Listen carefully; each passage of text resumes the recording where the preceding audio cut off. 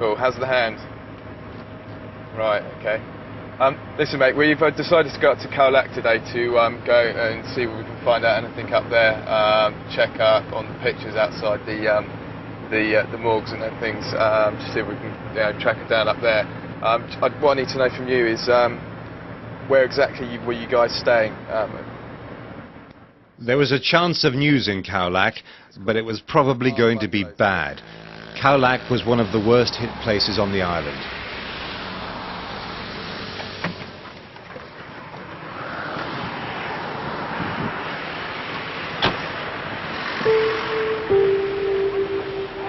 Many people died in Khao Lak. Notice boards elsewhere showed the tsunami's victims as their families remembered them, happy, alive. Outside Khao Lak mortuary, the pictures were of dead bodies. The best news anyone could get here was that they'd found someone to bury. It's just so many people.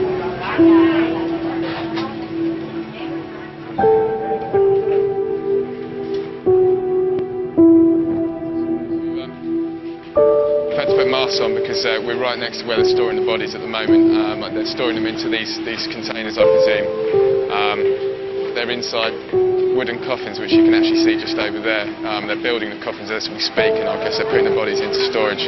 This seems to be where they're actually processing them, and then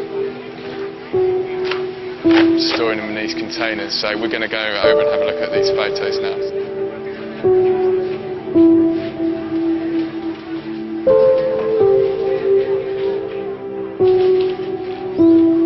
He didn't find Chia's body, but that only deepened his belief that she couldn't have survived.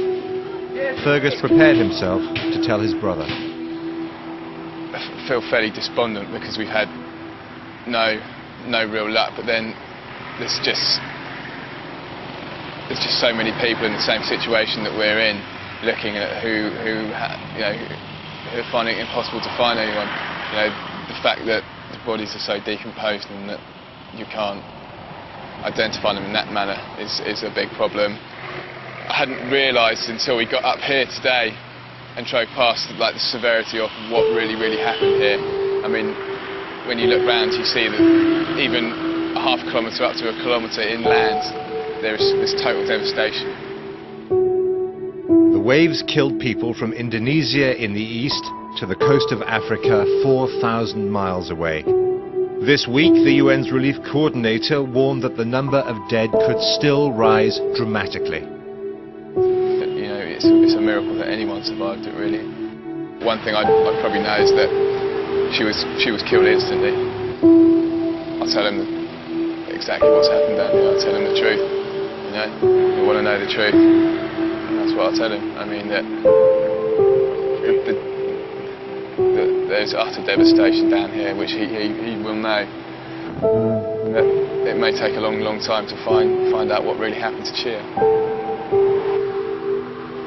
He already knows that it's very likely. He already knows that. So I don't need to tell him that.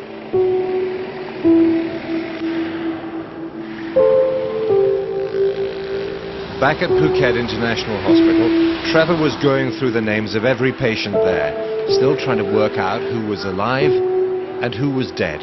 We need to get this down. Can you go through that list? Yes. Look at the names that have been written in Thai and tell me if any of them are Westerners. There's one. We assumed that all the names in Thai script were Thai people, naturally. So Pom's just sat down, this is 3 days later, and I just said, can you just look through there and make sure all the names that are written in Thai script are Thai people? Within four lines he'd come up with Jennifer someone or other from the Netherlands. So now he's going to go through all the Thai scripts, which is a fairly boring job because there's thousands of names, and just take out names, so that at least we know they're alive. I mean, I can't criticise anybody. We're in Thailand, and who knows who was the nurse who admitted that guy on the first day, remember, when the Thai staff themselves didn't know whether their families had been wiped out. I mean, you just get the name down any way you can on that first day, and that's when most people were admitted, on that first kind of hour. We got 2 names already. Cheers, Pom. This is where it's really starting.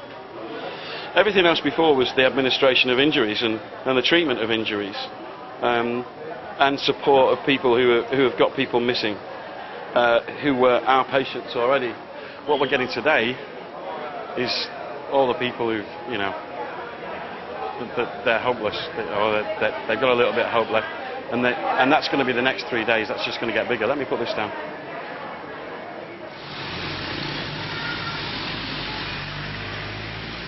Carol, the counsellor appointed by the Foreign Office, is looking for British patients in other hospitals. Okay, I've just seen Rita and John, a couple who were in Khao Lak, and Rita was telling me that if they'd stayed in their hotel room, they would have been safe, because their hotel room, amazingly enough, was intact. They were caught up in the whole thing because they decided to go for a walk on the beach, and they were separated by the force of the wave. Water started rising, all the trees and things started coming, and then I was just off again. I was underwater, I didn't know where I was. Next thing is that I came up again, and went back down again, because the waves kept knocking me down. And then finally, I just managed to grab hold of the tree, where I just tried to hold on to it while the water subsided. Kept pushing me down to the water, under the water, and I had to keep swimming up, and that was exhausting. That was very exhausting. I was going to die at that point. You know, a lot of people screaming and crying, but just, you know, there's a lot of people lying dead beside me beside the other trees. And they only met together yesterday. They were taken to different hospitals, and they were only brought together yesterday here. John didn't know that Rita was alive until yesterday. I think the real shock and trauma will come afterwards. Time was wearing down even the people who tried hardest to stay optimistic, like 2-year-old Ragnar's father, Anders. He was relying more and more on Trevor as they waited together for news. But there's a sea change in the way that he's talking about what's happened to him today. He's now much more prepared for the fact that his son's dead and he's not going to find him. And it's beginning, today he started to talk about that. Talking about memories of his son. He said, he's telling me about the kid today, you know, he said, everybody who knows him, and we will all say this about our children, everyone who knows him says he's a special kid. When we take him to the kindergarten every day, the first thing he does is hugs every single child as he walks in. You know, and he said maybe he was just too perfect to be in this world. And his wife said the same thing to him before the kid was dead. His wife had always said, he's too special. He's an unusual child. And we all think that about our kids, don't we? So, all of this will come across to some people as complete schmaltz. It's not. It's the language of grief. It's the language of how people express themselves. And it's the language that describes how we cope, how we survive. We're compelled to survive. It's not up to us. We have no choice. We're still alive. And how we do it is, if anyone judges it, fairly worthless people. You know? And that record, the Eric Clapton, you know, Tears in Heaven, I've always hated hearing it, you know, because I know it's been played at so many funerals for children and blah blah blah. I hate it. But at a time like this, you understand you can't judge that. It's how people find comfort. So, and that's the currency of disaster for the survivors is comfort. That's what you need to be giving out.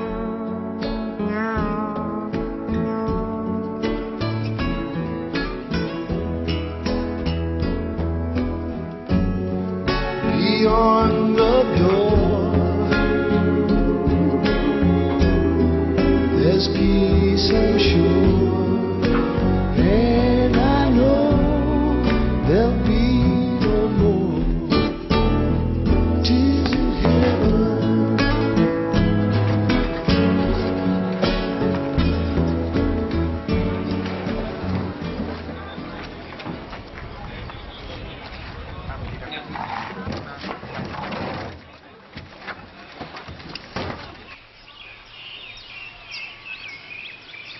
At her home, on high ground, Carol hears from Donna, a British doctor who's been helping with medical evacuations. All right, I'll see you then. See you later, Donna.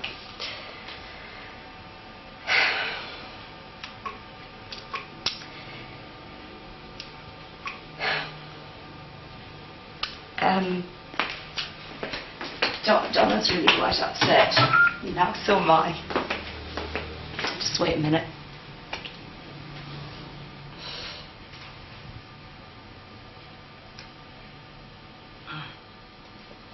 I think what she's saying is that there doesn't seem to be any support coming from the UK. Still not again today, and it's the 5th day, and other countries have got paramedic teams coming in, taking over from the Thai medical teams who are completely swamped, obviously, and getting their people medevaced out, especially people who've got quite severe injuries, because if they don't get really good and prompt attention, these injuries will never heal properly. Donna, the doctor, is frantic. I am. I know you are. I can't do any more. I've done this today and I've done everything as a doctor, right? I'm a nurse. I'm a British nurse. Well, where are all the paramedics? I'm supposed to be working with the embassy and I have done since Sunday and I've had no luck. Right. And every night they send a written report or they type out their report. You've seen other countries. Where are, you know, for some of the countries. Compared to lots of countries. I believe you've done everything that you think is right. And to the limit of your medical skills. It hasn't made any difference. You want to see Archer? Pardon? You want to see Archer? I know. You know, the British doctor has become a victim. And I understand that she's got very high professional standards. I worked in the NHS myself. Her argument seems to be about quality of care, and we're not in a quality of care situation. We're in a emergency management situation. And so the standards that she's expecting are never ever going to be met in a crisis situation like this.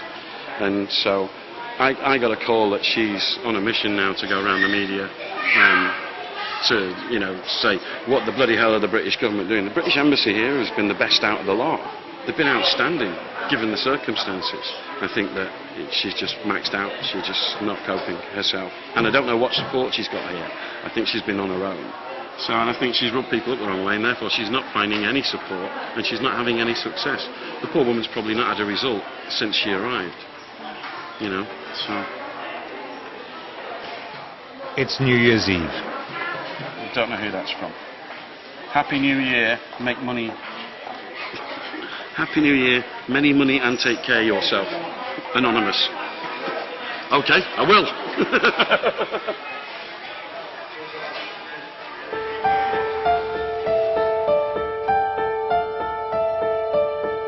Around the world, the old year was going out so tragically that the usual celebrations were toned down. In some places, they were replaced by solemnity and remembrance. But in Phuket, Trevor and the other volunteers decide to have a party. It is, quite literally, old music o'clock all night. Contribution to the Tsunami Fund. We're sewing some candles, lucky candles. They've been blessed by monks and many other things.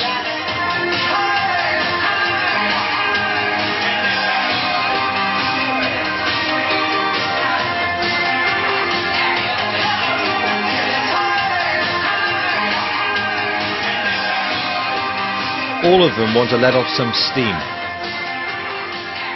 Yeah, a lot of people have asked whether it's right that we have the New Year's party tonight. There's several possible answers. We've deserved it. And I don't think it will feel like a New Year's Eve party. I think we all need to get absolutely pushed. To 12. At 5 to 12, there will be a minute's silence outside. Every restaurant and every bar in this whole area is complying. It's the only minute that you have to think about what's happened to us this week. Everybody outside the pub now, if you're still in the pub, why?